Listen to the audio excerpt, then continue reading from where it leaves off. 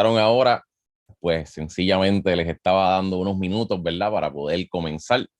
Se conectaron muchas personas en este tiempo y siguen subiendo los números, pero ya es el momento. Así que buen día a todos, bienvenidos, bienvenidas a cada uno de ustedes. Gracias por sacar, ¿verdad? Y los felicito por sacarle su tiempo, porque no es fácil estar conectado desde temprano un sábado, ¿verdad? En una reunión como esta, pero si uno quiere aprender, si quiere crecer, realmente es importante sacar el tiempo para llenarnos de conocimiento, ¿verdad? El conocimiento en la vida, pues es vital, es importante porque nos permitiría en un momento dado de nuestras vidas usarlo sabiamente, ¿verdad? Porque yo siempre les he dicho a ustedes que, pues, uno puede tener mucho conocimiento y aplicarlo erróneamente, ¿verdad? Y no aplicarlo bien, y entonces eso nos traería, pues, consecuencias. Pero mientras más detalles uno tenga en la vida y ese conocimiento sea preciso, ¿verdad? Pues con mayor precisión y exactitud vamos a poder actuar y también con las vivencias y las experiencias de lo que vivimos o lo que nos ha sucedido en el pasado, ¿verdad? La sabiduría es bien importante tenerla en nuestras vidas presente, pero esa sabiduría no sería eficaz o no va a ser eficaz si no tenemos conocimiento, ¿verdad? Porque yo les he dicho anteriormente, mira, la sabiduría pues es aplicar el conocimiento, ¿verdad? Y en mi caso, yo siempre le pido pues dirección a Dios, le digo a Dios, pues mira, ayúdame, ¿verdad? Porque yo no me las sé todas tampoco, yo no, incluso hay veces que yo digo, mira, de verdad, yo no sé nada, ni siquiera soy ni tan bueno. Y en mi caso personal, pues yo vivo pidiéndole dirección a Dios y si meto la pata, pues le pregunto, ¿verdad? En qué fallé, ¿verdad? Porque nosotros somos humanos, no somos perfectos y siempre pues tenemos que tener la dependencia, ¿verdad? De algo que nos supere, pero por mucho, ¿verdad? Y gracias a Dios así ha sido hasta el día de hoy. Así que realmente esa sabiduría yo siempre se la pido a Dios porque yo le digo, bueno, aplicar el conocimiento como si Dios mismo lo aplicara, no es como si yo mismo simplemente lo aplicara por mis propias fuerzas. Así que eso cambia mucho las cosas. Así que en este caso, estamos aquí, tenemos en la pantalla el Bitcoin, ¿verdad? Y yo quiero contarles un poco de lo que es esta historia y de lo que está pasando, porque muchas personas ven esto como un juego, pero esto no es un juego, esto es algo bien serio, porque desde que nació Bitcoin estaba ahí. Lamentablemente yo no tuve o no en ese momento cuando nació Bitcoin la información que ustedes tienen acceso al día de hoy. Nunca me olvido que cuando nace Bitcoin, alguien se me acerca y me dice, oye, ¿has escuchado de Bitcoin? Y yo, pues, fíjate, lo he visto en la internet, he escuchado, pero nada, la información que me brindaron en ese momento, lamentablemente, era que era para comprar videojuegos. Eso era lo que me decían. Y yo decía, pero es que, ¿para qué rayo yo quiero eso? O sea, si yo quiero comprar un juego, lo compro cash, allí voy a GameStop, que todavía estaba vivo, ¿verdad? Aquí en Puerto Rico. Allá en Puerto Rico quedan dos o tres, que yo creo que ya mismo eso va de museo, ¿verdad? Como yo digo. Uno puede ir a GameStop a sacarse una foto si queda uno por ahí, ¿verdad? En Estados Unidos yo fui hace poco y había uno que vi ahí en un mall y todo eso, así que quedan poquitos, pero quedan. Entonces, ¿qué pasa? Que me dicen que eso era para comprar videojuegos y yo pues no le presté atención. Y luego cuando pasan los años y los años y los años que yo voy viendo lo que va haciendo el Bitcoin, yo digo, caramba, a mí me hablaron de eso hace muchos años, desde que eso salió. Y yo veo que esa cosa va por 600 pesos de momento sube a 900, de momento a 1000 y yo le decía a mi esposa, wow, esa cosa va subiendo. ¿Quién dice que eso no va a seguir subiendo si eso no costaba nada? Y me entró esa cosa por dentro que de un deseo incontrolable de querer comprar un Bitcoin.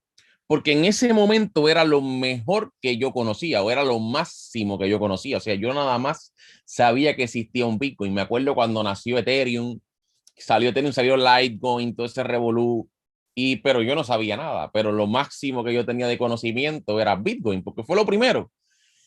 Y luego nace Litecoin, ¿verdad? Porque el Litecoin es literalmente nace de lo que es el mismo mecanismo de consenso de Bitcoin, que utilizan lo mismo, Proof of Work, ¿verdad? POW, ambos se minan con máquinas, ¿verdad? Con hardware físico y se va creando más monedas de la misma. Entonces, pero aunque existía Bitcoin, después Litecoin, salió Ripple, salió Ethereum, era nada más lo único que había. Entonces, no había muchas opciones, pero yo ni siquiera sabía dónde había un exchange. Yo no sabía qué exchange se podía utilizar. Yo no sabía cómo eso se compraba. Yo no sabía dónde se guardaba. O sea, en ese momento posiblemente ni los bancos nos dejaban comprar. Era bien tedioso. Entonces, pues realmente Yo personalmente me perdí la oportunidad de comprar desde el inicio porque la información a la que yo tuve acceso era limitada o era totalmente errónea o no tenía una perspectiva correcta así y dirigida hacia lo que se esperaba en el futuro. Pero si yo hubiera tenido acceso a una educación, a una información como a la que usted tiene acceso el día de hoy, usted tiene la total seguridad de hacia dónde apuntar, algo que yo no tuve en ese momento. Y yo siempre busco darle a cada uno de ustedes lo que a mí me hubiera gustado que me dieran en el primer momento que yo tuve el acceso al conocimiento de lo que fue Bitcoin. Yo no lo tuve, me lo perdí.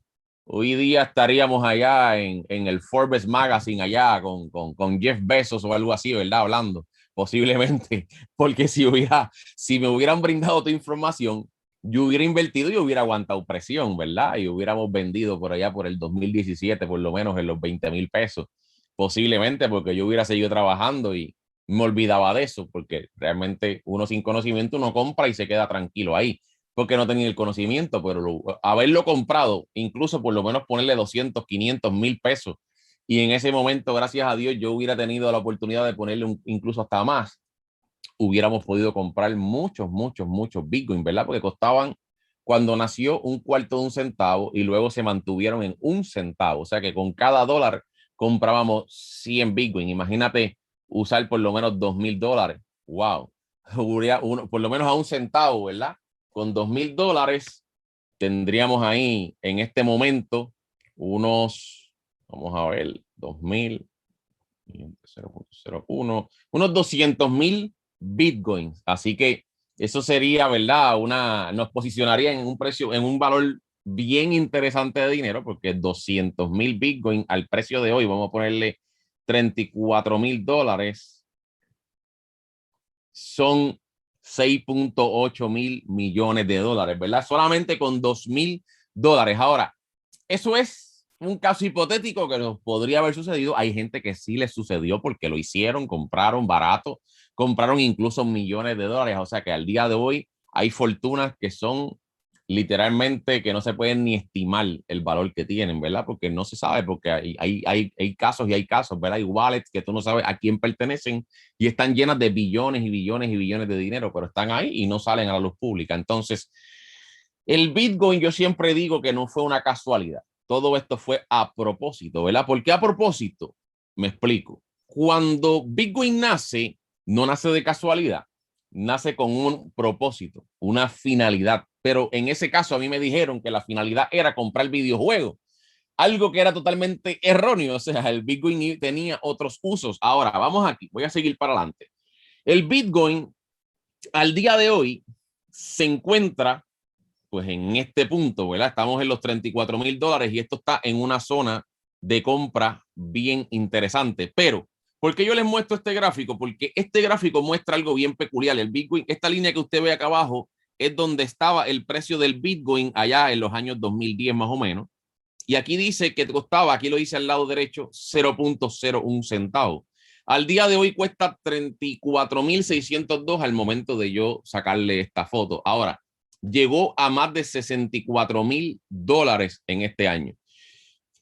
Si usted mira el precio que ha hecho a través de los años de vida el Bitcoin, muchas personas dicen que es un fraude, que eso es scam, pero usted va a ver ahora si esto es un fraude, si es un scam, si se va a morir, si va a desaparecer y usted va a llegar a sus propias conclusiones, ¿verdad? Tenemos al Bitcoin que nació aquí, nació más abajo de esto, en un cuarto de un centavo, aquí estaba en un centavo, subió, bajó, pero lo que ha hecho es simplemente a través de la historia subir. Lleva aproximadamente y tiene 12 años de vida. Nació en el 2009, estamos en el 2021, así que más o menos tiene esos 12 años. Entonces, lo que ha hecho es subir. Tenía hasta hace poco más de $1 trillón en capitalización, o sea, más de $1 trillón en dinero adentro. Eso es mucho dinero, ¿verdad? Y en 12 años, esta cosa, si lo comparamos con una empresa, rompió todos los récords de la historia en capitalización. Ni Apple, ni Microsoft, ni Google, ni Facebook, ninguna empresa ha logrado capitalizarse a ese ritmo tan elevado, ¿verdad? En tan poco tiempo, solamente 12 años, más de $1 trillón de capitalización. Ahora, esto es Bitcoin y esto es tu dinero y mi dinero. ¿Qué es esto? Esto es el valor del dólar, ¿verdad? El dólar index. Esto es el índice que muestra o nos refleja visualmente por medio de gráficos el valor del dólar y lamentablemente no tenemos un gráfico que nos muestre más tiempo. Me hubiera gustado un gráfico que tenga más tiempo hacia atrás, porque posiblemente, y lo más seguro es que tengamos estos datos mucho más arriba, muchos más datos. Entonces, visualmente, sin que usted tenga conocimiento, tenemos a Bitcoin que ¿qué ha hecho en los 12 años? Vamos a ver si aquí, en los 12 años, Bitcoin, ¿qué hizo? Está haciendo, subiendo. ¿Qué está haciendo nuestro dinero? Simplemente a simple vista, sin saber mucho, nuestro dinero está ¿qué? Cayendo. Eso es una respuesta, ¿verdad? Y tenemos que muchas veces visualmente ver estos datos porque a veces estamos desconectados, estamos ajenos a lo que está sucediendo. No nos percatamos de lo que está pasando y muchas veces hablamos lo que escuchamos decir a otros que no necesariamente es correcto porque el otro repite lo que el otro dijo, pero ninguno tiene datos. Hoy usted está frente a su pantalla viendo datos de lo que realmente está sucediendo. Nuestro dinero cada día al día de hoy vale menos, tiene menos valor. Ah, pero Rafa sigue costando $1, sigue. Sí, pero las cosas se están aumentando de precio y eso crea lo que se llama una inflación, ¿verdad? Los precios se inflan y nuestro dinero tiene menos poder adquisitivo. Cuando usted escucha el pasado a los viejitos hablando, les dicen, no, yo compraba con una peseta, hacía compra. Y ahora usted no puede ir con una peseta a hacer compra, ¿verdad? Usted no puede ir con $1 a hacer compra. Eso era en el pasado. Ahora mismo usted, los otros días yo hice una comprita ahí y eso costó, qué sé yo, más de $100, ¿verdad? Unos encarguitos de eso. Entonces, pues quiere decir que no estamos en ese mismo tiempo. O sea, las cosas han cambiado y muchas veces lo perdemos de perspectiva porque hasta nos adaptamos al inicio. Tenemos sentimientos, nos duele, nos choca cuando vemos el cambio, cuando las cosas se inflan, la gasolina sube, la comida sube. Al principio es chocante, pero el ser humano tiene la capacidad de adaptarse y verlo luego normal, ¿verdad? Al principio le choca y luego se adapta y deja de trabajar para crecer. Se adapta a eso, aunque sí signifique seguirse achicando, seguirse empequeñeciendo, aunque eso signifique tener una menor calidad de vida, ¿verdad? El ser humano hace eso. Muchas veces dice, pues, ni modo, aquí me quedo, no hay más remedio. Sí, pero hay remedio. ¿Por qué? Porque si nuestro dinero simplemente, en vez de estar aquí todo el tiempo puesto y mantenerlo en dólares, se hubiera cambiado acá, ¿qué le hubiera pasado a tu dinero? Hubiera caído. O sea, la inflación sí ha crecido. Y no es que esto subió de precio, no es que el Bitcoin simplemente subió de precio, no es que el Bitcoin simplemente subió a $34,000, es que tu dinero puede comprar ahora mismo, pero mucho menos, y no subió 34,000 veces, porque el Bitcoin no costaba $1, costaba menos de un centavo. Estamos hablando de que tu dinero vale hoy posiblemente quizás como 200,000 veces o más, ¿verdad? Como 200,000 veces o más, mucho menos al día de hoy. O sea que si el Bitcoin aumentó, por ejemplo, si subió 200,000 veces su valor, tu dinero vale 200,000 veces menos hoy. No es que el Bitcoin simplemente subió de precio, es que tu dinero vale 200,000 veces menos el día de hoy. Entonces quiere decir que si nuestro dinero, en vez de haberse quedado en dólares, se hubiera cambiado en algún punto de esto, incluso todavía estamos en un buen punto, porque el precio de esto bajó, significa que nuestro dinero hubiera aumentado en vez de haber descendido. Entonces, tus compras, en vez de medirlas en dólares, en $1, tú lo verías en Bitcoin. O sea, hacer la compra me cuesta 0.00001 Bitcoin, una fracción de un Bitcoin. Entonces, en vez de tú estar viviendo en el presente y yo estar viviendo en este presente, ¿verdad? Que a todos nos afecta, por así decirlo, pues nos cuesta hacer unos encarguitos más de $100. Pero tú y yo, si hubiéramos cambiado, por ejemplo, si yo tuviera 200,000 Bitcoins, lo que nos costaría serían fracciones. O sea, nosotros estaríamos viviendo teniendo Bitcoin en la mano. estaríamos viviendo en los años 1920 por allá abajo, ¿verdad? Que te costaba con un bellón, tú hacías encargos y todas esas cosas. Pues en esa misma etapa estuviéramos nosotros teniendo criptomonedas, en este caso Bitcoin, porque lo estamos comparando. Si teníamos Bitcoin, cada Bitcoin vale $35,000, posiblemente tú podrías gastar, muchas familias viven con menos de $20,000 anuales, muchos viven con $15,000 al año y otros con 10,000 pesos o menos, eso pasa, ¿verdad? Así que con un Bitcoin solo te cuesta $34,000 hoy. Quiere decir que en muchos casos, por lo menos, una familia con un Bitcoin en un año, una familia que no, ¿verdad? Que esté adaptada a vivir con ese salario, un Bitcoin al año le sobra. O sea que con 200,000 Bitcoins, esas familias podrían vivir, ¿cuánto? Pues 200,000 años. Entonces, eso sería bien interesante, ¿verdad? Tener en tus manos algo que refleje o tenga una fortuna que te permita vivir con la inflación actual hasta 200,000 años. Pongamos la inflación futura, como quiera, tendría 100,000 años por ahí, ¿verdad? Para poder vivir simplemente si se hubieran invertido $2,000 en el año 2009 en Bitcoin. $2,000 te permitirían vivir por lo menos 100,000 años con un Bitcoin anual. Y eso es lo que el Bitcoin vale hoy, que son 34,000. Lo que se espera en el futuro es que cada Bitcoin pueda tocar hasta incluso $1,000,000, ¿verdad? Ah, Rafa, estás exagerando. Bueno, en criptomonedas, los que tenemos tiempo, sabemos que eso es posible y con lo que se espera que suceda, que ahorita lo vamos a seguir evaluando, usted va a ver las cosas bien diferentes y sí es posible. Vamos a ver qué siguen haciendo las naciones, vamos a ver qué decisiones se están tomando para que eso siga dirigiéndose y tomando ese rumbo. Ahora, tenemos aquí los datos, ¿verdad? Tenemos datos. Estos son las distintas crisis financieras que han ocurrido, que son relevantes para nosotros en estos momentos presentes, ¿verdad? Han ocurrido otras crisis, ¿verdad? Como incluso hasta en la Segunda Guerra Mundial, incluso pasó crisis monetarias en los años 90, pero esta es la crisis de los años 2000, que es la burbuja de las .com, ¿verdad? De la Internet.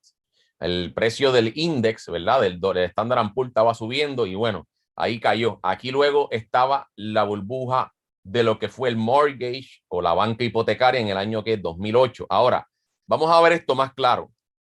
Y aquí lo tenemos, año 2000, el precio del Standard & Poor's 500.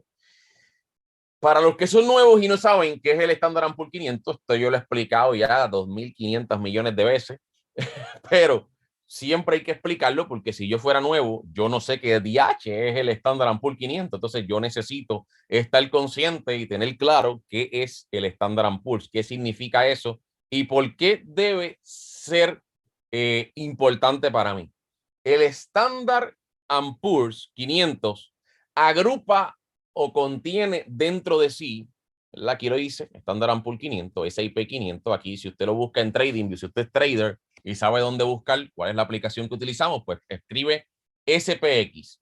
Puede escoger la primera opción, que es TVC, ¿verdad? Que este es el proveedor de datos que estamos utilizando, y ahí se le conecta y le provee los datos del Standard & Poor's y usted puede ver lo que está pasando ahora. ¿Cómo interpretamos esto? Esto es el año 2000. Los puntos del Standard & Poor's iban subiendo y de momento pues cayó. Y esta caída fue una crisis financiera. Luego el precio o los puntos comienzan a recuperarse. Y técnicamente los que saben gráficos pues saben lo que es esto, ¿verdad? Técnicamente, análisis chartista, análisis gráfico, análisis técnico, los que tienen ya el conocimiento pues saben lo que es esto. Para los que no saben, pues esto es un tipo de patrón gráfico, se llama un doble top, un doble techo, ¿verdad? Tocó. ¿Y qué pasó? Esta fue la crisis de los años 2007-2008. La crisis de la banca hipotecaria. Ahora, lo interesante no es eso. Estas dos crisis están interesantes y fueron chocantes. Y vimos bancos grandes quebrar en el 2008. Vimos un Lehman Brothers que perdió 90,000 millones de dólares en un momentito. Se fue a cero, a quiebra, y hoy día no existe. Vimos otros bancos quebrar por completo y desaparecer en esa crisis del 2007 a 2008. Tuvimos a gobiernos tener que rescatar otros países, ¿verdad?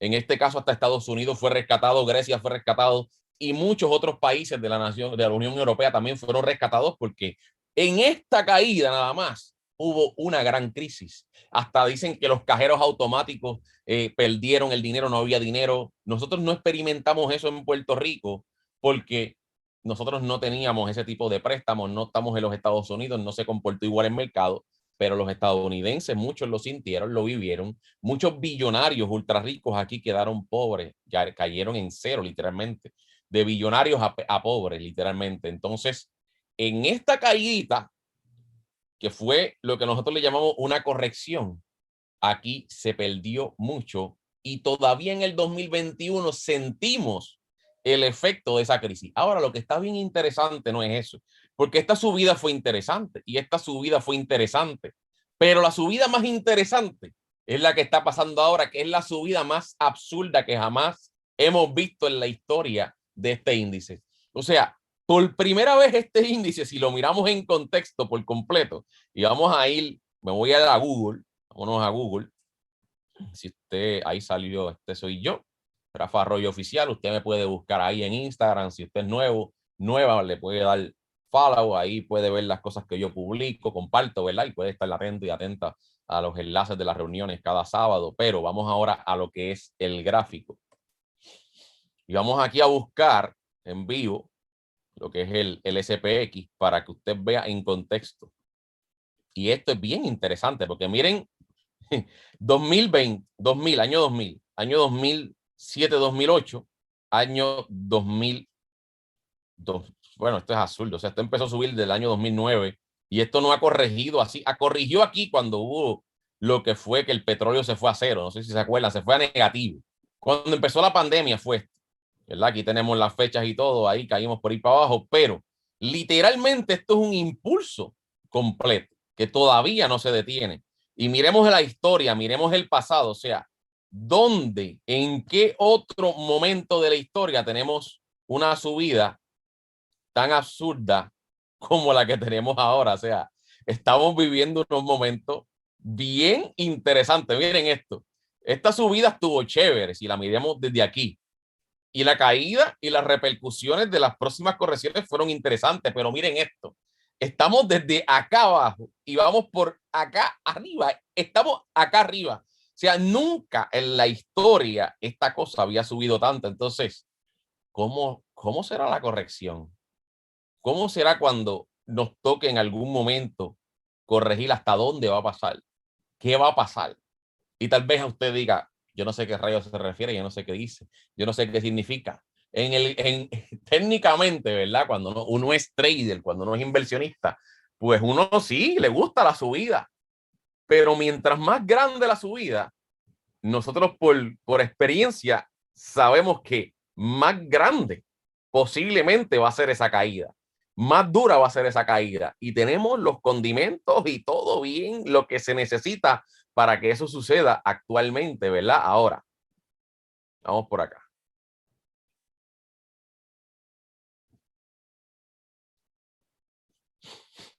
Ahí está, ok. Por primera vez desde esto, aquí esta es los gráficos que muestran la inflación, pero en esta vez se lo traje, ¿verdad? Con mucho más datos. ¿Y qué pasa? Que aquí tienen datos desde los años 2011, 2012, 2014, 16, 18, 20. Y esto es la inflación actual, ¿verdad? La inflación actual es que significaba que uno de los riesgos más grandes que se estaban esperando era que la tasa de inflación alcanzaran el 5%, ¿verdad? Pues, ¿qué pasó? Que ya lo tocamos, nunca había sucedido durante toda la pandemia estábamos ahí en los 2, literalmente, estuvimos en 4 y eso no fue preocupante, pero cuando llegamos a 5, ya la cosa preocupa, ¿verdad? Luego podríamos tener en algún momento, después de esto aquí, podría seguir aumentando, pero en algún momento, cuando la cosa se ponga peor, podríamos entrar en una fase de incluso inflación pues negativa, ¿verdad? Pero aunque se vea en los datos, aunque se vean los datos gráficamente que no haya inflación, la inflación siempre va a estar en algún lugar, en alguna parte va a estar oculta, ¿verdad? Pero en este caso sí ya se está sintiendo, ya la estamos percibiendo. Los que todavía no tienen vehículos eléctricos, que tienen que echar gasolina, pues posiblemente esa gasolina pues va subiendo poquito a poquito. Eso crea gastos operacionales más elevados. Y si en el mundo entero esa gasolina, el combustible fósil sube de precio, eso se va a reflejar en todo lo que es la cadena de suministro, ¿verdad? Porque quien crea, ¿verdad? Los creadores de cualquier tipo de producto usan algún tipo de combustible fósil. Esos gastos aumentan los costos energéticos, los gastos operacionales. A eso, si le sumamos que quieran subir el salario en otras partes del mundo, quieren aumentar o están aumentando los salarios. Te suben el combustible, te aumentan el salario, el patrono tiene que pagar más al empleado, tiene que pagar más por energía, tiene que aumentarte obligatoriamente lo que estás consumiendo y eso causa una inflación a nivel mundial. Y eso se lo pasan, nos los pasan a nosotros y eso provoca que nuestro dinero cueste menos. Ahora, vamos por aquí. Bitcoin nace justo en el año 2009. ¿Luego de qué? ¿De qué? Luego de esta crisis. Yo siempre les he dicho a ustedes que el Bitcoin no fue una casualidad. El Bitcoin nació con un propósito. Si yo hubiera sabido todos los datos en ese momento, si yo hubiera tenido el conocimiento, yo hubiera estado pendiente a los detalles, pero lamentablemente o afortunadamente en ese momento yo todavía no sabía qué rayo eran las inversiones de este tipo. No tenía el más mínimo conocimiento de fundamentos del mercado. Mi mente ni siquiera estaba pensando, o sea, yo todavía tenía una mente de empleado y una mente de lo que eran los negocios tradicionales, ¿verdad? Pero yo no tenía una mente de inversionista de mercado financiero, de ningún mercado, ni del stock market. O sea, eso para mí era como imposible, ¿verdad? Porque yo escuchaba de gente que operaba en Wall Street, la bolsa de valores, pero nunca conocía a nadie que hiciera eso, que fuera mi amigo o algo, ¿verdad? Que me pudiera brindar luz o darme una guianza para encaminarme e introducirme a los mercados financieros. A ninguno. Entonces, pues lamentablemente o afortunadamente, pues no supe o no tuve la oportunidad de identificar todos los detalles y ver antes de que llegáramos a este presente que estamos viviendo ahora, porque hubiera sido demasiado brutal o haber conocido a alguien o haber tenido una clase como esta, ¿verdad? Que me prestaran la mente a alguien y yo poder ver las cosas de una forma diferente y entonces poder caminar de una manera diferente. Pero en ese momento yo estaba pendiente pues al trabajo, a mis negocios y no fue malo porque aprendí muchas cosas, pero me perdí posiblemente lo que es al día de hoy la transferencia de riqueza más grande de toda la historia de la humanidad. Nunca ha ocurrido una transferencia de riqueza más grande que esta. Y mucho menos ha sido esta es la transferencia más grande y la más rápida de toda la historia. Entonces, nace Bitcoin en el 2009. Supuestamente a mí me lo vendieron para comprar videojuegos, lo cual no era así. Al día de hoy el Bitcoin tiene otros propósitos. Compraron una pizza, no era un videojuego. Pagaron 10,000 Bitcoins por una pizza en el año 2010, por allá, 2011, ¿verdad? Y eso se celebra todavía, 2011, no me acuerdo la fecha exactamente, pero se celebra hasta el Pizza Day de Bitcoin todavía, que compraron una pizza con 10,000 Bitcoin. Eso es absurdo, o sea, porque en ese momento el Bitcoin costaba centavería, no costaba nada. Entonces, pagaron 10,000 Bitcoin por una pizza. Eso está, pues, brutal. Entonces, yo no tenía los datos, no tenía la información, no tenía la formación, no tenía la educación para poder hacer absolutamente nada con esto que estaba sucediendo. Nace Bitcoin, fue puesto ahí. Curiosamente, cuando usted busca los datos dentro de Bitcoin, cada Bitcoin se genera o se crea, ¿verdad? Crea un bloque. Ese bloque lleva información y a muchos de esos bloques se le ponen un mensaje. El primer bloque de Bitcoin creado por el supuesto creador,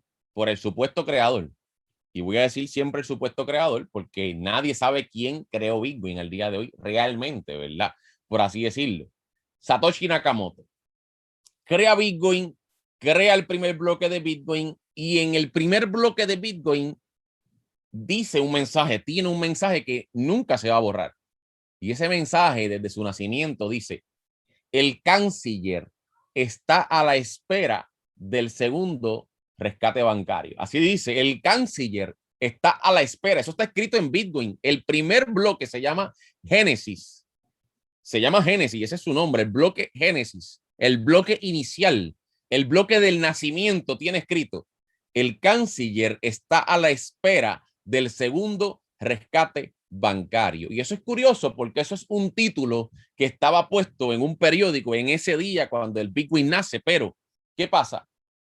Que el Bitcoin tiene eso escrito, pero eso es un mensaje. Pero la cuestión es que el Bitcoin, cuando nace, no tenía la capacidad para rescatar nada, porque no valía nada en cuestión de precio, no tenía un buen precio, no tenía liquidez, no tenía capital para rescatar nada en ese momento, pero tenía y decía: el canciller, el líder, está esperando el segundo, está en la espera del segundo rescate bancario. Y eso es bien curioso, porque desde que nació eso está escrito ahí y nos hablaba de algo.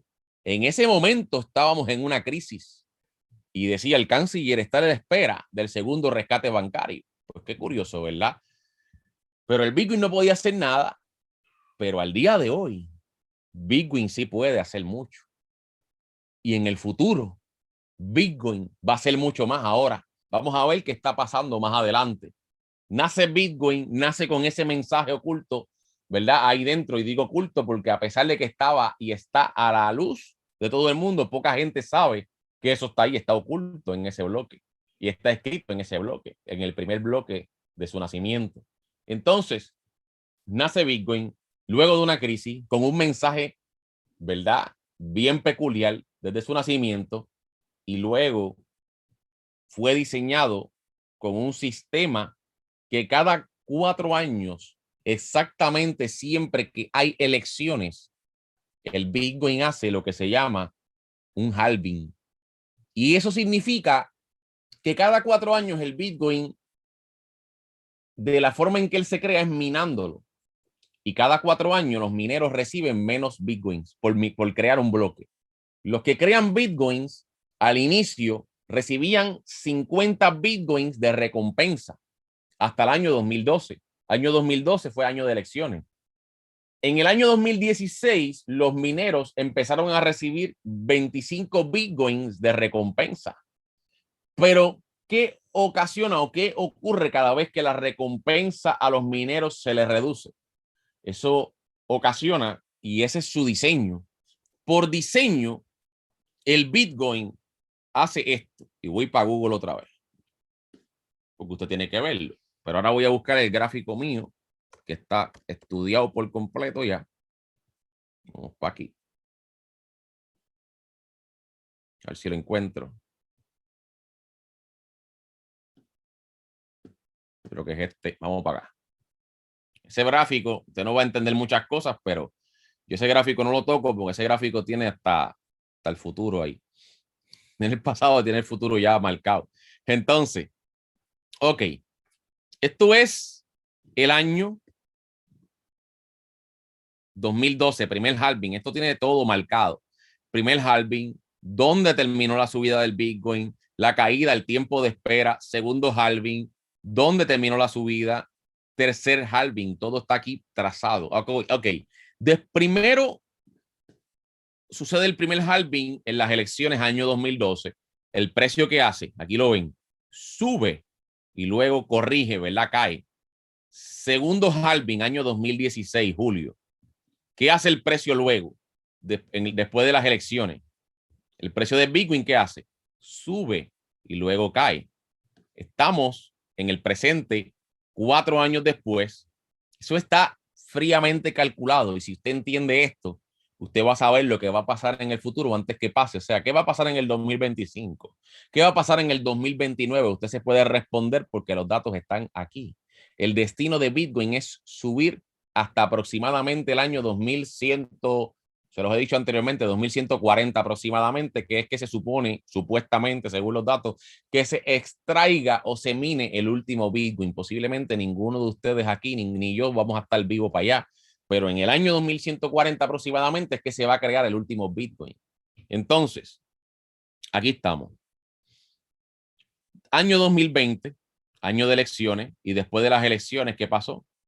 El precio sube y siempre sube más que las últimas veces, ¿verdad? Hasta aquí subió en el año 2013, hasta aquí subió en el año 2020 y perdón, en el año 2017, aquí, hasta aquí.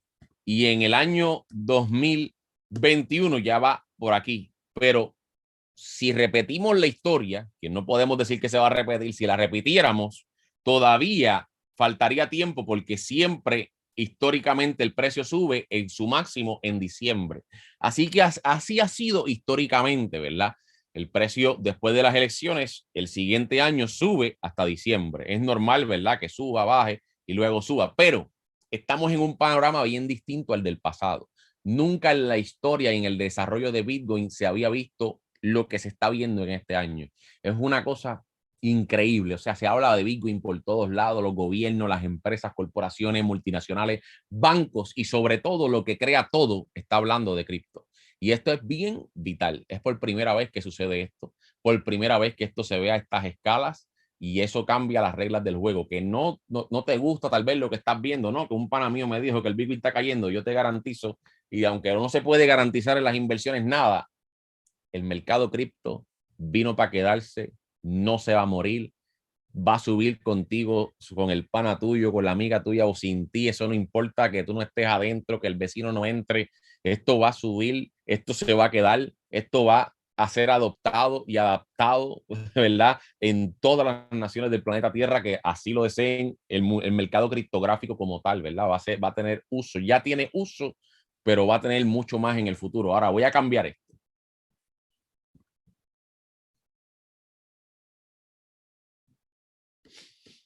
Y ahí tenemos el Standard & Poor's. ¿Qué pasa? Nosotros en el pasado tuvimos, cuando inició lo que era esta cosa, que es el dólar, teníamos un patrón que se llamaba patrón oro, ¿verdad? Si usted lo ve aquí, teníamos aquí los dólares y el dólar tenía como referencia el oro. ¿Qué pasa? Que cada dólar costaba, perdón, cada onza de oro tenía un valor de 35 dólares americanos. Eso era el estándar, así se había establecido por estándar. Cada onza de oro va a costar 35 dólares. Y está bien, el oro ha subido, pero ¿cuántos años lleva el oro? El oro lleva desde la prehistoria. ¿Cuánto vale el oro aquí? ¿Cuánto vale el oro? ¿Cuál es su precio al día de hoy? Para que no lo escuchen de mi boca, vamos a ir a los datos, vamos a ir a la fuente, para que usted lo vea también. Si usted quiere saber cuál es el oro, usted busca aquí XAU, USD. Vamos acá. Vamos a un broker, vamos a Wanda. El precio del oro vale $1,787 hoy. ¿Qué es mucho? Pues sí, son $1,787. Costaba 35 en los años 1920 y pico, años 1930 hasta los años 1940 y pico, y cuando se quitó por completo allá en los años 1972 costaba 35 cada onza. Hoy día vale 1,787. Pero el oro lleva, como les digo, desde la prehistoria. Entonces, a pesar de que esto vale mucho, vale poco para el tiempo de desarrollo que lleva. Desde la prehistoria.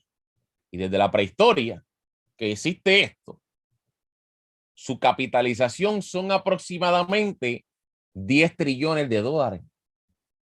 10 trillones en total, aproximadamente al día de hoy. Esa es la capitalización o la cantidad de dinero que tiene el oro adentro hoy. Pero Bitcoin lleva 12 años y ya tocó más de 1 trillón en 12 años versus algo que históricamente se ha utilizado como moneda de refugio. Y yo le estoy presentando datos y les estoy mostrando y comparando lo que ha pasado versus lo que está pasando el presente. La historia y el tiempo de lo que tenemos históricamente versus lo que tenemos en el presente. Millones de años que han llevado a una capitalización de 10 trillones versus 12 años a una capitalización de más de 1 trillón en 12 años. ¡Wow! ¿Qué va a pasar con cripto? ¿Qué va a pasar con el mercado? No hay nada en la historia que se pueda comparar con el mercado criptográfico. No hay nada porque nosotros llegamos a tocar en el mercado general. Nosotros estuvimos, si no me equivoco, tocamos 2 trillones de dólares en el mercado. Bitcoin tenía más de 1 trillón. Estoy hablando de Bitcoin, no estoy hablando del mercado. El mercado pasó los 2 trillones. El mercado cripto, que al final es un mercado, como lo es el mercado del stock market. El stock market, ahí está Apple, ahí está Google, ahí está Netflix, perfecto. Pero el mercado stock, el mercado, posiblemente ese es el mercado que más capital tiene, porque tiene más, al día de hoy tiene más de 70 trillones de dólares. Porque se ha impreso, teníamos 64 trillones el año pasado, pero con toda la impresión y todos los bonos que se han comprado y toda la deuda que le han inyectado, ya tenemos que pasar los 70 trillones. Ese es el mercado que más líquido está. El mercado de acciones. Pero ese mercado no es nuevo. Ese mercado nació en los años 1000, en los años 1800 y pico por ahí abajo, picando los 1900. O sea que ese mercado lleva más de 100 años para 70 trillones versus esta cosa lleva 2 trillones, más de 2 trillones alcanzó en 12 años. Un mercado nuevo. Este mercado pronto se podría equiparar, se podría comparar, ¿verdad? En capitalización con el del stock market. Podríamos alcanzarlo, incluso pasarlo, superarlo. ¿Por qué? Porque las criptomonedas no son simplemente dinero. Cada persona que está aquí hoy tiene que sacar de su mente que esto es dinero. Esto no es simplemente dinero. Las criptomonedas son empresas en su mayoría. Podríamos catalogar como dinero algunas de ellas, pero en su mayoría son soluciones a problemas actuales. Problemas que no existe otra tecnología que lo pueda solucionar, excepto por ahora, la tecnología criptográfica, ¿verdad? Y no me refiero a lo que está detrás, porque podríamos hablar de criptomoneda digital o una moneda digital, que en este caso están encriptadas, pero la tecnología que usen, porque no tenemos una tecnología simplemente, tenemos que sacarnos que simplemente es blockchain. Tenemos DLT, tenemos blockchain, pero también tenemos Tangle, ¿verdad? Allá hay distintos tipos, ¿verdad? De mecanismos, de redes dentro de lo que es la criptografía. Así que está el blockchain, que es la que más abarca, pero hay otras ya ahí dentro jugando un rol y al final, por ahora va ganando blockchain, pero vamos a ver cómo se desarrolla en el futuro, ¿verdad? Pero por ahora blockchain es lo que tiene todo, ¿verdad? Y al final, aunque sea Tangle, aunque sea lo otro, de alguna manera se terminan comunicando a través del blockchain, ¿verdad? Como quiera, al final las terminan conectando unas con otras, porque al final tenemos los datos en el blockchain. Al final, blockchain es lo que conecta a todos. Blockchain es la Internet. Nosotros tenemos el Internet que conecta a todas las computadoras y tenemos el blockchain que conecta a todo lo que es el ecosistema cripto, ¿verdad? Blockchain es la fuente que conecta todo al día de hoy. Entonces, vamos acá. Vamos a hablar del oro otra vez. Nace y teníamos un patrón oro y cada dólar, perdón, vuelvo y me equivoco, cada onza de oro costaba $35. ¿Qué pasó? Que nacen los mercados financieros y no es que nació un mercado financiero, es que nacieron lo que se llaman los especuladores. No es que nacieron, ya existían. Pues los especuladores empezaron a hacer algo y era que se pasaron de listo y el precio del oro lo tenían fluctuando. El precio subía por encima de 35 y bajaba por abajo de 35. Pues ellos empezaron a comprar oro debajo de 35 y siempre que subía de 35 lo vendían los especuladores. Ah, pero eso no es malo, Rafa. Bueno, en ese momento era malo porque realmente como tal el precio de cada onza era $35. Entonces, se suponía que no hubiera más dinero en el mercado que la cantidad de onzas en oro que había. Pues, ¿qué pasa? Que al los especuladores comenzar a comprar barato y venderlo caro, ya empezaron a crear excedente de dinero. O sea, no fue que el gobierno empezó a crear excedente en ese momento, no existía, no había forma. Pero los especuladores comprando barato y vendiendo caro, cuando el precio caía, quedaba dinero en el aire. Dinero que no estaba respaldado por el oro. Entonces, pues, tuvieron que empezar a buscar formas de solucionar eso, pero al final dijeron, mira, no hay forma ahora mismo, ¿verdad? De nosotros contrarrestar esto. No hay forma porque cada vez está habiendo más excedente, la gente sigue comprando barato, comprando a 34 pesos, lo siguen vendiendo más caro y eso nos está creando un problema. Pues dijeron, mira, hay otro problema y es el hecho de que no se puede crear más dinero y eso también atrasaba el crecimiento económico. ¿Por qué? Porque el dinero tenía que ir respaldado única y exclusivamente por las onzas de oro que habían. Se quita el patrón oro y para que usted tenga una idea y para que esté consciente de si es malo o es bueno al día de hoy tener el dinero respaldado por nada o tenerlo por oro, pues realmente al día de hoy les voy a hablar claro. Si todavía el patrón oro existiera y hubiéramos entrado en la crisis del coronavirus, pues lamentablemente el dinero que se podría tener era el que había en oro. Más nada, no se hubiera podido imprimir. Tenemos que darle, pues de alguna forma, ¿verdad? Gracias a Dios de que existe lo que se llama, no tenemos el patrón oro, a pesar de que se escuche como que, pero eso no está respaldado por nada. Sí, es verdad. Pero ese no respaldo es lo que nos salvó hasta el día de hoy. Porque al no estar respaldado por absolutamente nada que limite la impresión de dinero, se puede imprimir dinero al día de hoy infinito, todavía.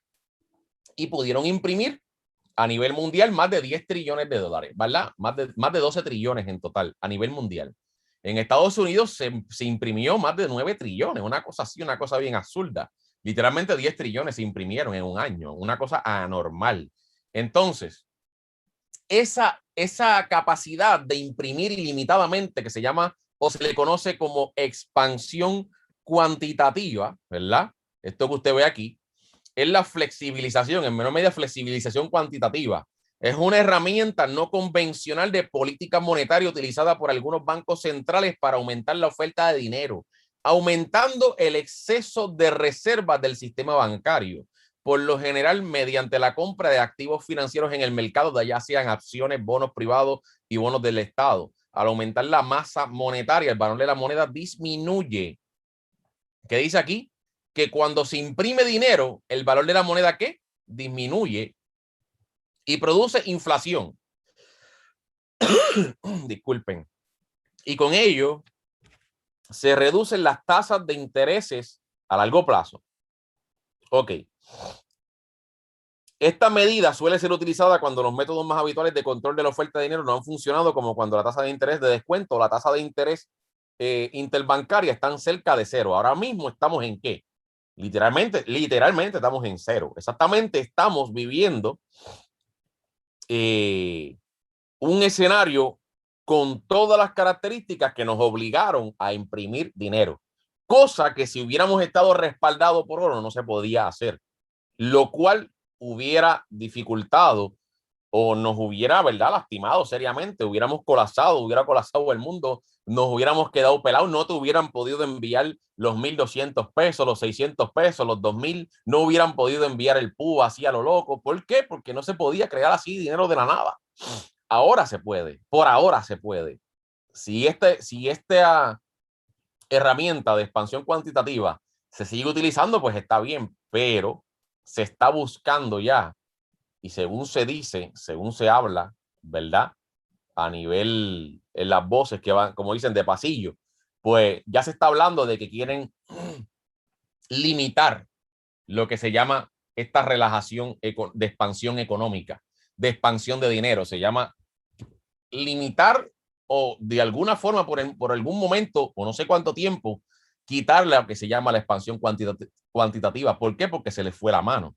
Entonces hay que prestarle atención a eso, porque si se elimina la expansión cuantitativa, si hay una crisis, ¿cómo rayos nos van a recuperar?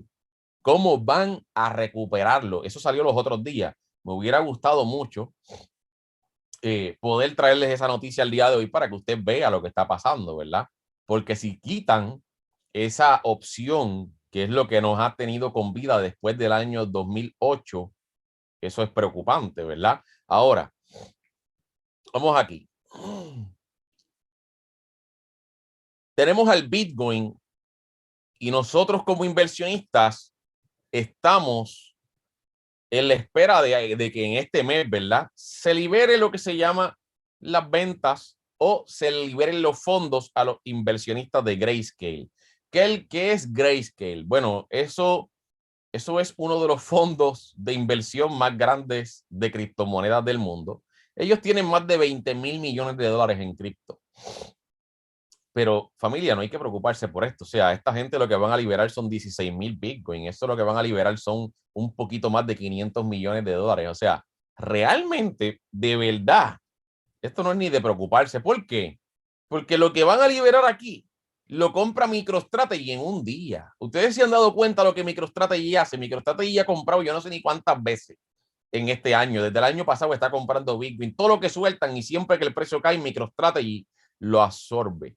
Así que muchas personas están hablando de esto, muy preocupados por los 500 millones. O sea, Tesla cuando compró mucho más de esto en un instante. Hay dinero suficiente en el mundo como para comprar muchas veces, pero muchas veces más, incluso lo que hay en capitalización total del mercado criptográfico. O sea, lo que nosotros tenemos de capital es nada, es insignificante. Es una gotita de agua en un mar, para que lo entiendan, ¿verdad? Así que no hay dinero, pero sí hay dinero. Es como que no hay porque los gobiernos no tienen, pero las instituciones, a pesar de que sí tienen deuda, tienen acceso a más dinero. No importa, ellos siempre tienen dinero. Y si no lo tienen, lo pueden crear. Todavía al día de hoy se puede hacer. Entonces tenemos esa herramienta. Entonces, yo les estaba explicando cómo funcionaba en el pasado, ¿verdad? El sistema económico que teníamos, el sistema monetario, el del pasado versus el del presente. Por así decirlo, el del presente, a pesar de que sí no tiene oro, a pesar de que sí se dicen muchas cosas, nos conviene, nos ha convenido realmente no estar respaldados por oro. Cuando uno entiende realmente, ¿verdad? Lo que significaría tenerlo a no tenerlo, no tener ese respaldo es lo que nos ha mantenido con vida, es lo que a tu familia, a ti, a mí y a lo que es el mundo en general nos ha mantenido con el respirador artificial. Estamos operando con un respirador artificial al día de hoy. Ahora, seguimos con lo que está pasando con Bitcoin y yo quiero que usted entienda y tenga claridad sobre por qué es necesario todo esto. Esto no es casualidad, familia. Aquí, no, pero que China hay reprensión china. Pues están votando los mineros. China es una potencia, posiblemente la potencia más grande del mundo, por encima de Estados Unidos y Rusia en nivel de potencia, ¿verdad? En dinero, en todo. China está por encima en avances tecnológicos. Realmente China supera por mucho a lo que es Estados Unidos. No se dice así, pero sí lo es. Entonces, el Bitcoin se desploma de nuevo a medida que China aumenta la presión sobre las criptomonedas. Ok, ¿qué es lo que China ha estado haciendo? Está empujando a los mineros. China ha estado sacando las minas de China. ¿Por qué? Vamos a la historia. Bitcoin como tal, Satoshi Nakamoto se habla, ¿verdad? Lo que se dice es que era de Japón, supuestamente.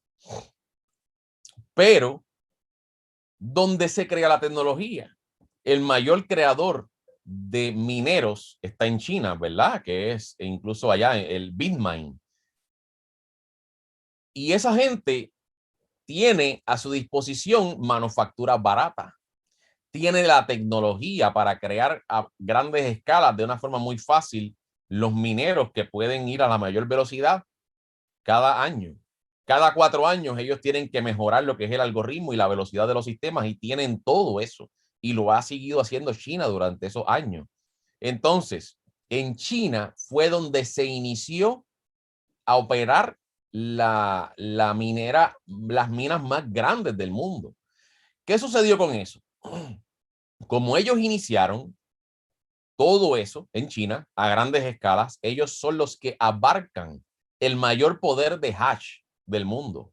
O sea, se habla de que Bitcoin es descentralizado, pero tú no puedes decir que tú eres descentralizado cuando tú realmente estás ubicado y eres controlado en tu mayoría por un país, por ejemplo, en este caso China.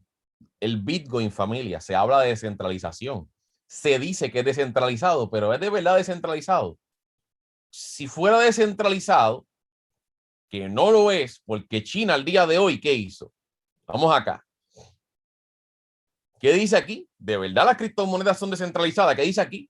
China dijo el lunes que había convocado a varias instituciones regionales, incluido el Banco Agrícola, el Banco de Construcción de China y el banco, el ICBC, así como la plataforma de pago de Jack Ma, Alipay, para implementar estrictamente sus recientes ordenanzas para frenar Bitcoin y otras actividades relacionadas con las criptomonedas, incluida la minería. Sichuan, una región rica en energía hidroeléctrica en el suroeste de China, ordenó que las 26 granjas de minería de criptomonedas más grandes dejen de operar. La provincia contribuía con ¿cuánto? ¿Qué dice aquí? El 75% del poder hash, que eso es el poder de minería que dice global, total para ejecutar la red blockchain de Bitcoin. O sea, en China está o estaba el 75% del poder del mundo. Realmente, yo siempre se los he dicho a ustedes, realmente las criptomonedas son al día de hoy descentralizadas. Cuando dice que ¿qué?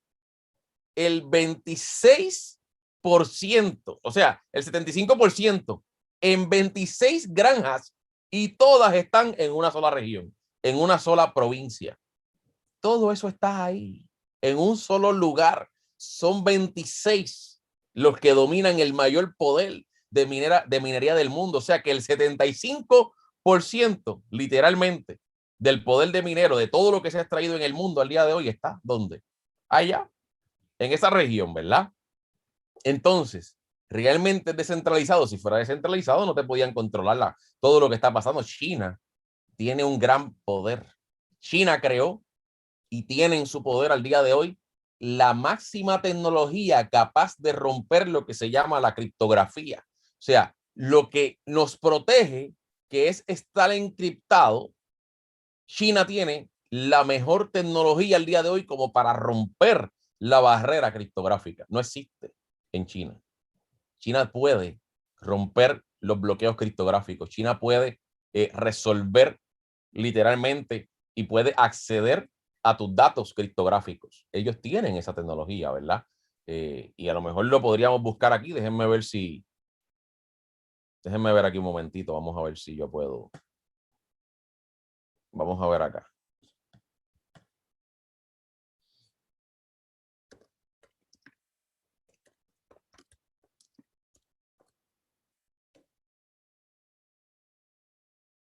Vamos a ver.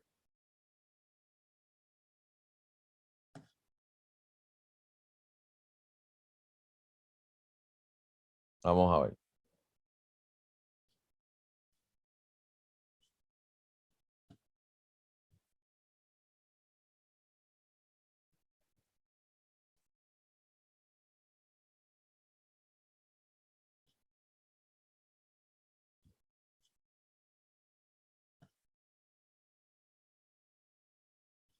Vamos a ver aquí.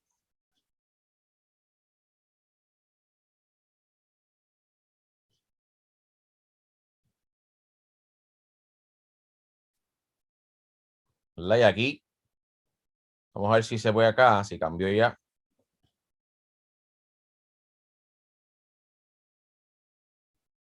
Ok. Aquí se supone que usted vea y aquí habla, ya eso fue en diciembre, ¿verdad? Por allá del año pasado. Y lo dice aquí, China logra la supremacía cuántica con un sistema diferente al de Google, ¿verdad? Y dice, este equipo puede resolver en 200 segundos un problema que al mejor superordenador clásico le costaría completar 600 millones de años. Esta cosa que a una computadora normal le costaría 600 millones de años, esto lo resuelve en 200 segundos. O sea, esto, ¿verdad? Según lo que ellos dicen, supera por mucho a toda la tecnología que hay al día de hoy, ¿verdad? Y ellos dicen que con esto ellos pueden romper incluso lo que son las barreras criptográficas. Entonces, pues China, curiosamente, tiene en su poder al día de hoy lo más poderoso que existe a nivel cuántico. Esto existe hace tiempo, no se dice, pero así es como operan los mercados financieros, ¿verdad? También eso es la tecnología que se aplica para crear los mercados financieros al día de hoy. Ellos tienen acceso a cosas, ¿verdad? Que nosotros posiblemente jamás tengamos acceso, pero ellos lo poseen. Entonces, tenemos el 75% de los mineros que están siendo supuestamente votados de China. ¿Por qué los tienen que votar? ¿Tú te crees que China, ustedes se creen que China quiere votarlos? Claro que no. Si yo soy una nación, a mí me conviene tener todo este capital, toda esta funda ahí. Eso es mucho dinero que se extrae todos los días, 75% en mi país. Imagínense Puerto Rico teniendo el 75% de los mineros de China. Nosotros no tendríamos crisis si esos son máquinas que hacen dinero. Tendríamos posiblemente energía que sea renovable y literalmente al final nos sale extraer todo eso casi gratis, ¿verdad? Porque lo que gasta mucho y lo que consume mucho es sencillamente la energía. Pero si se utiliza energía renovable, realmente nos ahorramos los gastos energéticos y simplemente ganamos dinero. Y China tiene eso en sus manos. Ahora, tienen que sacar esto de aquí porque el que tiene conocimiento sabe muy bien que al día de hoy no estamos descentralizados como nos dicen. Tienen que los mineros mudarse a otras regiones y no pueden irse a una sola región. Tienen que mudarse a Estados Unidos, América Latina, Europa. Tienen que distribuirse. No se pueden quedar unidos. Es una obligación. Cada uno va a tener que tomar decisiones diferentes. ¿Por qué? Porque si los datos siguen siendo que el 75% está en un solo lugar, seguimos estando centralizados por una sola, por un solo grupo pequeño. Y ellos tienen el control total. Si todos ellos que están cerca en una sola provincia se ponen de acuerdo y dicen, vamos a vender todos los Bitcoins hoy, ¿qué le pasa al Bitcoin? Ellos son los máximos que tienen. El Bitcoin ahí sí colapsaría. Eso no puede ser así. Tienen que separarse, tienen que ponerle restricciones, tienen que ponerle regulaciones para que ellos ni siquiera puedan vender el Bitcoin en conjunto si les diera la gana. ¿Me van entendiendo? Entonces, eso es descentralización. No lo es. No lo es y no lo va a hacer. Y muchas veces las cosas que yo hablo parecen exageradas, pero al final todo termina pasando exactamente así, ¿verdad? Todo sale a la luz. Toma tiempo, pero sale a la luz, ¿verdad? Entonces, aquí tenemos las noticias negativas del por qué el Bitcoin va bajando, pero aquí dice el Banco Mundial, estos son noticias a corto plazo. Estos son noticias a corto plazo, en lo que China y los mineros se van desplegando por el mundo, instalan las minas otra vez y todo. Eso va a tomar un corto periodo de tiempo. Eso no va a durar para siempre. Ellos van a volver a minar, la tasa de hash de poder va a aumentar y con el tiempo va a volver a aumentar el precio de cripto, del mercado cripto completo. Entonces, aquí tenemos noticias que no son a corto plazo y que no van a durar poco tiempo, familia.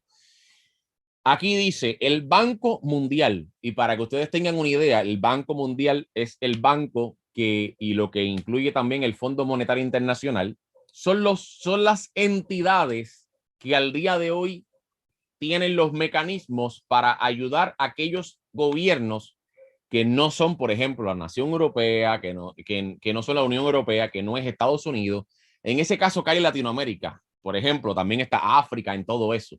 Y otros países que no tienen o no pertenecen al conglomerado, ¿verdad? De naciones que se ayudan mutuamente y tienen unos mecanismos de crear riqueza de la nada. Hay países que no pueden hacer eso porque aunque lo tengan, los afecta. Pues entonces piden prestado para que entonces utilicen el dinero que ya está en circulación y no creen más dinero, porque si crean más dinero, se desinfla su dinero y las cosas valen más, o sea, su dinero cada día vale menos. Pues estos países como Latinoamérica que se imprimen dinero, se les colapsa el dinero, pues ¿qué pasa? Ellos tienen acceso a lo que es el Banco Mundial, lo que es también en otros escenarios el Fondo Monetario Internacional y pueden pedir dinero prestado. Y cada vez que ellos van a hacer pagos de deuda, se lo pagan al Banco Mundial también. Pero ese dinero no va simplemente al Banco Mundial, ¿verdad? Siempre hay algo bien grande detrás. Estos son los representantes. Al final, todo el dinero del Fondo Monetario Internacional, el Banco Mundial y todos los que ayudan a los gobiernos, ese dinero pasa por el filtro y llega a lo que es el BIS, ¿verdad? Que es el Banco de Pagos Internacionales, que es el dueño total y absoluto del dinero del mundo. Entonces, eh, el Banco Mundial, que pertenece y representa al BIS, que es el Banco de Pagos Internacionales, dice, estaría obligado a aceptar pagos en Bitcoin de El Salvador. Entonces, si vemos esto en contexto y lo entendemos claramente, diría aquí, el BIS estaría obligado a aceptar pagos en Bitcoin de El Salvador porque estos pagos van a terminar en el BIS también, porque los tienen que aceptar, son los pagos de deuda, son los pagos de los préstamos que se le hacen al Salvador o que se le han hecho y tienen que seguirlos pagando también. Entonces, ¿por qué tienen que aceptarlos? No porque en El Salvador haya algo escrito en la Constitución que así lo dice, sino que dice, el Banco Mundial negó asistencia técnica a El Salvador para adoptar Bitcoin, alegando preocupaciones medioambientales de la minería digital y de transparencia. Sin embargo, el organismo multilateral podría estar obligado a aceptar pagos en Bitcoin no de El Salvador, dice, de países que lo hayan adoptado como moneda de curso legal. Este señalamiento está establecido en su documento constitucional, no en el documento constitucional de los países que lo acepten. Está establecido en el documento constitucional del Banco Mundial, que es diferente. Dice, el convenio constitutivo del Banco Mundial del 1944 establece los procedimientos y principios mediante los cuales el Banco Mundial se compromete a colaborar con los gobiernos soberanos. Se destaca en el documento su compromiso de aceptar pagos de los Estados miembros en monedas locales. Entonces, eso significa que ya El Salvador estableció como moneda local un país soberano, pues que ya tiene esa moneda como de curso legal, Bitcoin. Entonces tienen que aceptarlo. Entonces por ahí está Paraguay, que dice que lo quieren implementar también, ¿verdad? Vamos acá. El Paraguay también lo quiere implementar, pero ahora también tenemos, dice, esta noticia salió ahorita.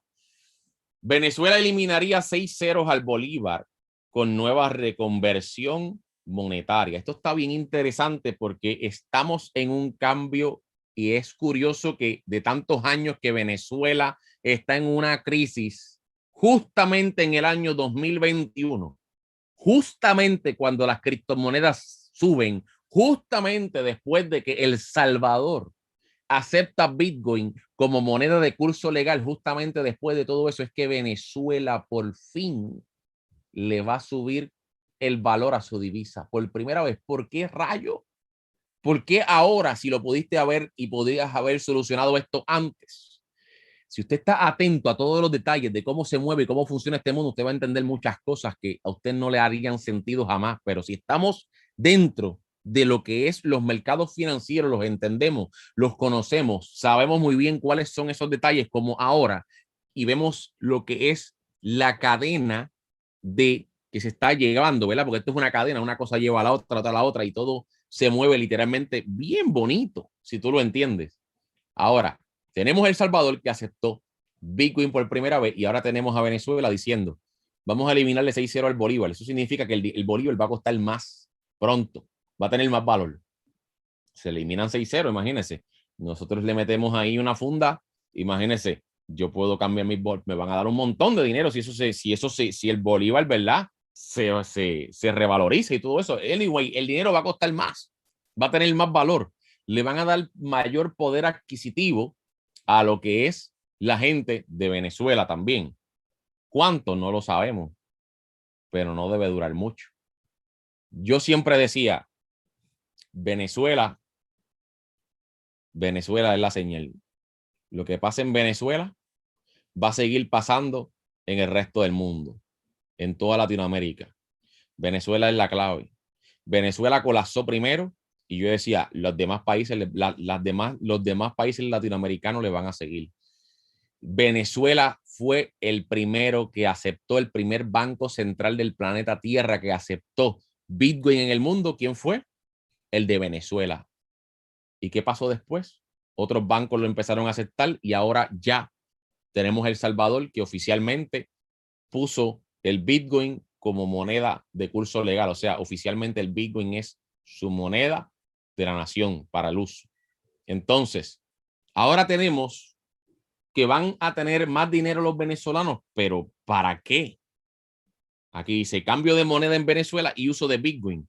La potencial reconversión monetaria que se aplicará en Venezuela fue comentada por el economista José Guerra, el ex parlamentario, argumentó que para él lo único cierto es que hay que eliminar el bolívar como moneda de curso legal en el país. Bueno, esto lo están diciendo, ¿verdad? Gente de allá, hasta del gobierno y todo eso. La discusión pertinente en Venezuela no es la reconversión monetaria, es la necesidad de un programa de estabilización económica para liquidar la hiperinflación y luego decidir si se adopta el dólar o otra moneda nacional. Yo creo en la segunda opción, si se adopta el dólar u otra moneda nacional. La primera reconversión en Venezuela fue anunciada en febrero de 2007 por el entonces presidente Hugo Chávez. Fue así como nació el llamado Bolívar Fuerte, supuestamente, pero no hizo nada. Y como el Bolívar no queda claro si con la tercera reconversión la moneda cambiaría de nombre una vez más. Vamos a ver qué pasa con esta, pero definitivamente en algo debe ayudar a los venezolanos a tener más dinero.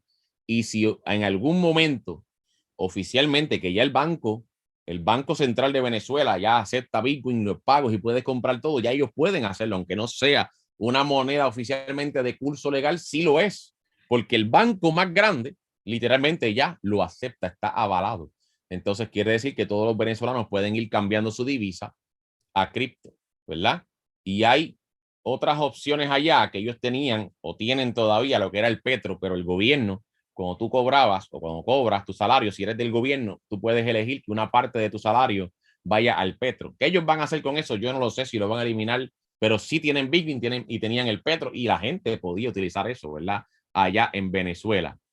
Entonces, aquí dice que Bitcoin alcanzó en ese momento los $35,000 después de que Biden revelara el acuerdo de infraestructura. Pero lo interesante aquí dice, Paraguay presentará un proyecto de ley de Bitcoin, ¿verdad? Ellos dicen que no, que sí, pero al final toda Latinoamérica, ya empezó por El Salvador, vamos a seguir viendo otros países que van a seguir implementando lo que es el Bitcoin. Lo hagan ahora o lo hagan después, lo van a hacer. ¿Verdad? Van a seguir proponiendo lo que son las criptomonedas a la cabeza de lo que es la economía. Curiosamente, cuando nació Bitcoin, yo les dije al inicio, el canciller está a la espera del segundo rescate bancario. Así nació Bitcoin diciendo.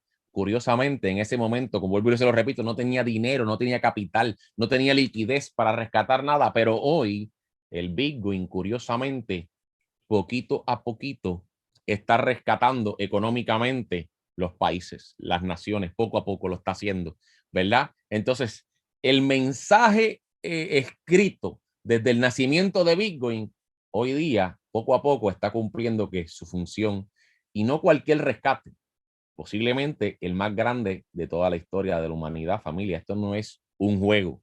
Una cosa es lo que está pasando ahora a corto plazo, que si el precio cayó, tenemos que ver lo que está pasando en el futuro. ¿Usted se cree que poner una moneda de curso legal va a durar 2 o 3 meses? No, eso va a durar, posiblemente nos moremos y eso va a estar ahí todavía, ¿verdad? Estos son decisiones que van a durar y van a permanecer mucho, mucho, mucho tiempo. ¿Y quién va a cambiar el Bitcoin de moneda de curso legal? Cuando vas a tener algo que en vez de devaluarse, va a crecer. Cuando tú vas a tener algo que por primera vez tu economía no va a depender de tu divisa, que la divisa tuya no se va a seguir aplastando porque ya no está contra el dólar oficialmente, sino que a largo plazo, oficialmente, lo que viene siendo, un momentito aquí,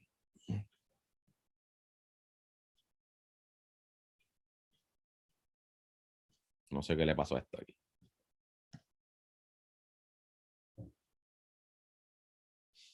Es muy diferente porque... Vamos a ver. Vamos a chequear algo aquí. Es muy diferente porque en el pasado tú tenías como nación tu propia moneda, que siempre todas las divisas van contra el dólar. Y para los que no entienden de qué estoy hablando, vamos aquí, para los que son nuevos y nunca han visto una divisa, por ejemplo, contra otra, vamos a ver aquí.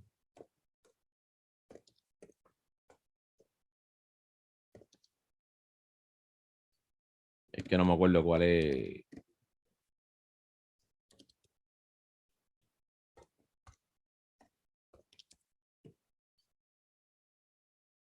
Vamos a ver USD MXN. Vamos a ver si aquí nos lo permite ver, para que ustedes vean. Porque en Puerto Rico nosotros no nos damos cuenta porque tenemos dólares. Pero, no.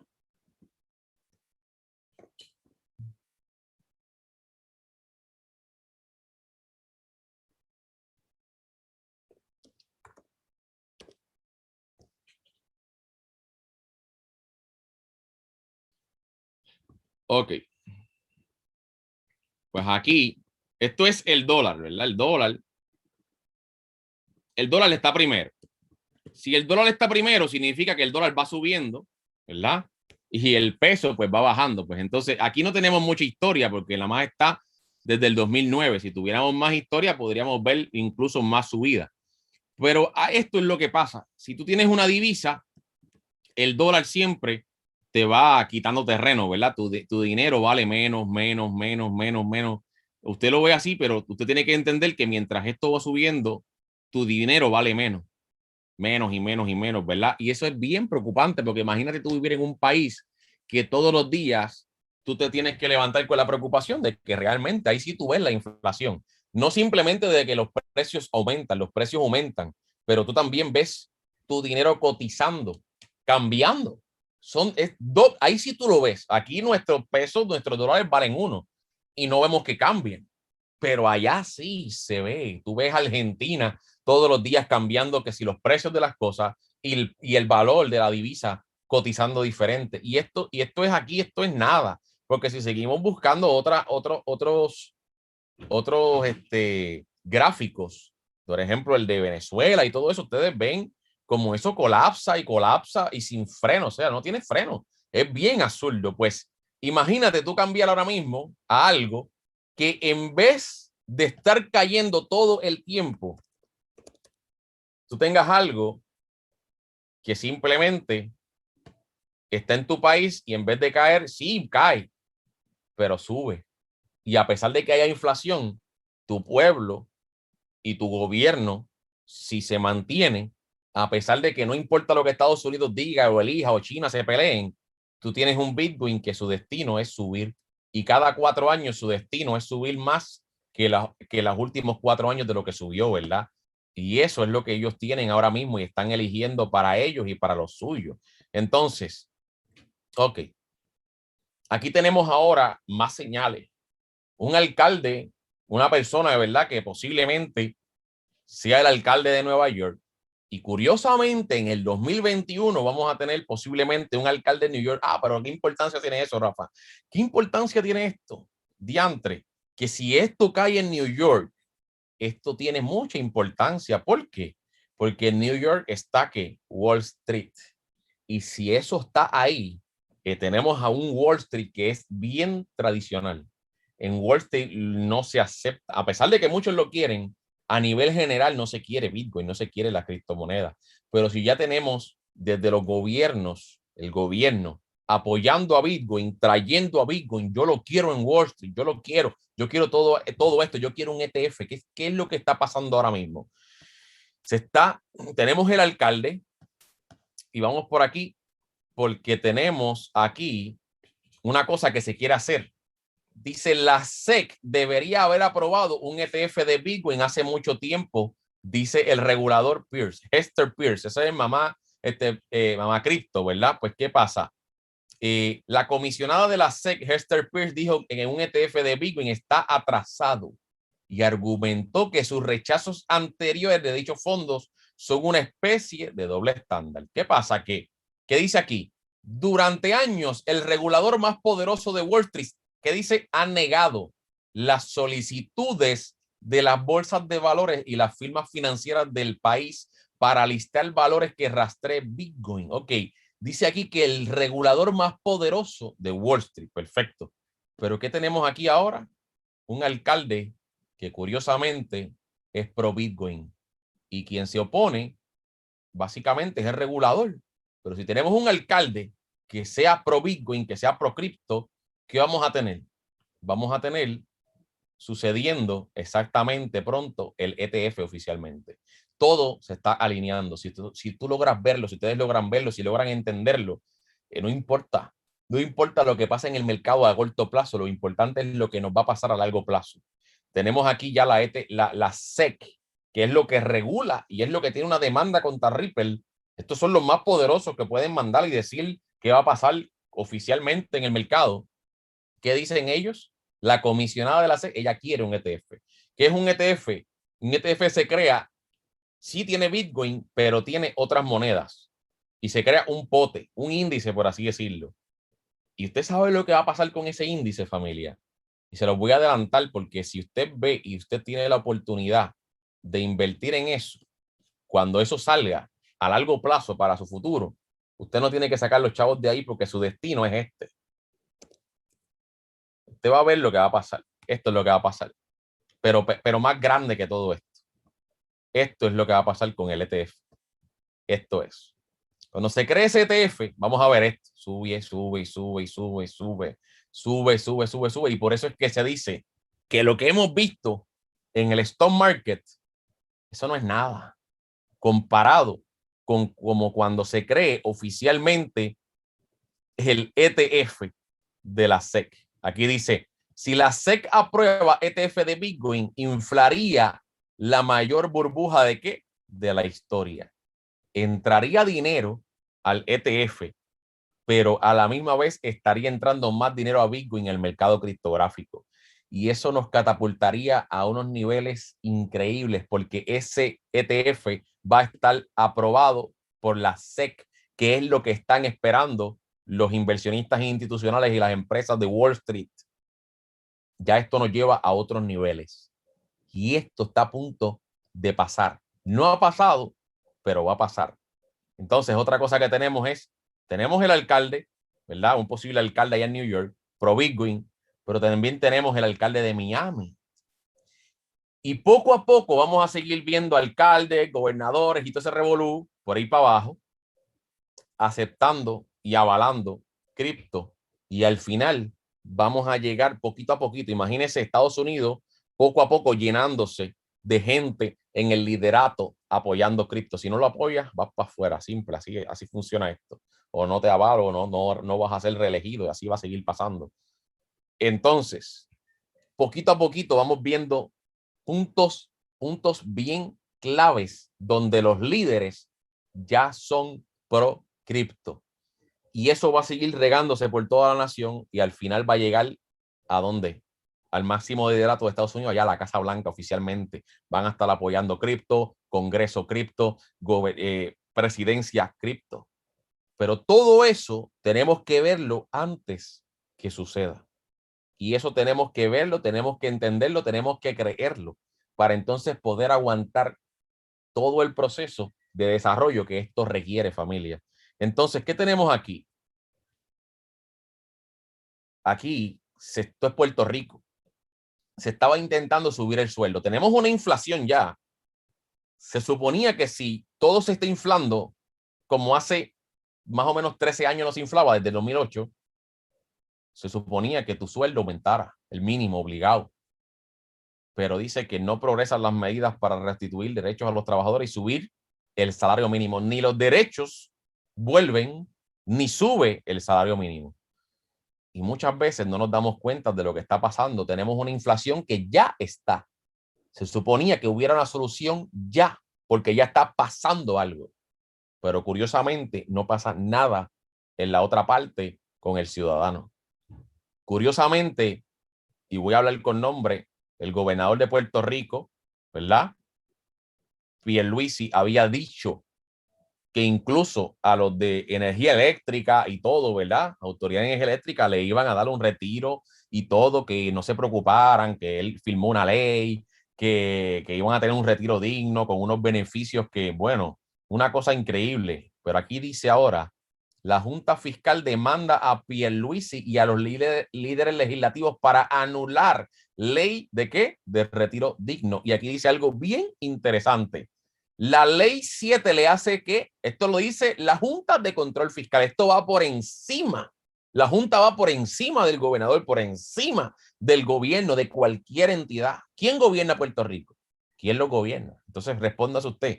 Nosotros no tenemos un gobernador, nosotros nos gobierna una junta de control. Junta porque tenemos una deuda que se la debemos a algo bien grande. Y por eso esa junta está aquí. Y tenemos que pagarla porque debemos un billete bien grande. Entonces, la ley 7 dice, le hace falsa promesa de un retiro digno a los empleados retirados del gobierno mediante mayores beneficios que Puerto Rico, dice aquí, lo dice la Junta, no puede pagar. Dijo el presidente de la Junta de Supervisión, David Skill, en comunicación escrita. La ley 7 resulta en todo lo contrario un retiro digno.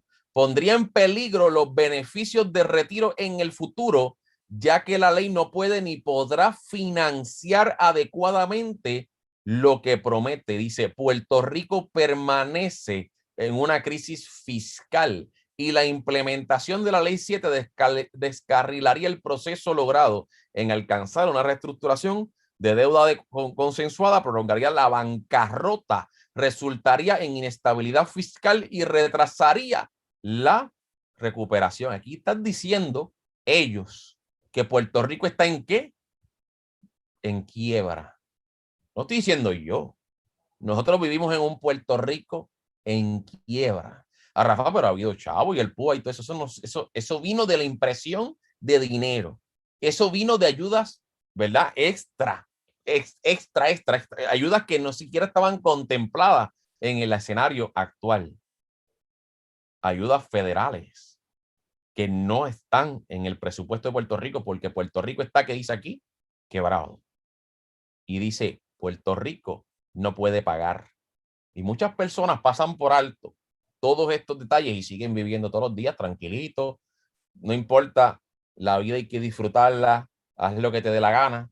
Y cuando pasan las cosas, nadie está preparado. Y se quejan y van a las redes sociales y usted ve la página del gobierno y de las noticias bombardeando, miles de puertorriqueños quejándose, miles y miles y miles.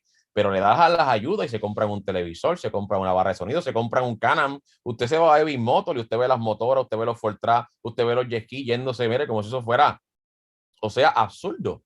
Y entonces, ¿dónde están las prioridades de nosotros? Tenemos que poder ver mucho más de lo que simplemente estamos viviendo al momento. Todo lo que es superficial, tenemos que entrar a lo que hay oculto detrás sucediendo, familia. Entonces, prepararnos. ¿Y cómo nos preparamos? Poniendo de nuestro dinero a hacer más dinero. Para eso existe la educación, para eso existe mecanismos, herramientas que se nos han depositado al día de hoy en nuestras manos. Que nosotros tengamos máquinas de hacer dinero al día de hoy no es casualidad. Y Rafa, como tú dices que hay máquinas de hacer dinero, sí hay máquinas de hacer dinero, familia. Al día de hoy, nosotros los inversionistas criptográficos tenemos la posibilidad, tenemos la oportunidad de crear riqueza sin hacer nada. Y si usted es y está consciente de los riesgos que hay en el mercado, pero también elimina esos riesgos, porque usted puede sabiamente, con el conocimiento, eliminar esos riesgos y poner su dinero a simplemente producir mientras espera sin tener que perderlo. Estamos en ese momento crítico de no permitirnos perder el dinero. Si tú te permites perder el dinero es porque así lo quisiste, pero tú puedes preservar el dinero hasta que suceda lo que sabemos que va a suceder. Pero para eso tenemos que ir dirigiendo nuestro capital a lugares lo más seguro, no lo más rápido, siempre se lo voy a decir, no es lo más rápido, es lo más seguro que nos lleve a nuestro destino. Si queremos llegar a ese destino, tenemos que estar lo más seguro posible. Tenemos que poder resistir todo lo que va a pasar en este camino, familia. Tenemos que estar preparados, capacitados y para eso es la educación. Y yo personalmente tengo un compromiso con ustedes y es de que llevarlos por ese camino, ¿verdad? mostrarles y decirles, mira, educada con la educación y con el conocimiento, decir, mira, esto son las señales, estos son los datos, estos son los fundamentos, lo que podría llevarnos y mantenernos durante todo este camino hasta llegar al destino que esperamos, que lo que va a suceder no es lo que puede suceder, es lo que va a suceder. Ya esto no tiene reversa ya. Antes podríamos decir muchas cosas, pero ya esto no tiene reversa, así que lo que va a suceder es mucho más grande que lo que hemos visto, pero para poder disfrutar de todo eso, tenemos que proteger nuestro capital, no estar perdiendo más capital, preservarlo y que ese dinero cada día crezca, familia. Así que les agradezco por estar en esta mañana conmigo. Gracias por sacarle su tiempo. Ese soy yo, Rafa Arroyo Oficial. Por ahí me pueden seguir. Les agradezco. Espero que de verdad hayan aprendido, aunque sea un poco más de lo que ya sabían y que tengan herramientas que incluso pues no tenían. Así que muchas gracias a todos y nos vemos en la próxima. Muchas gracias. Buen día.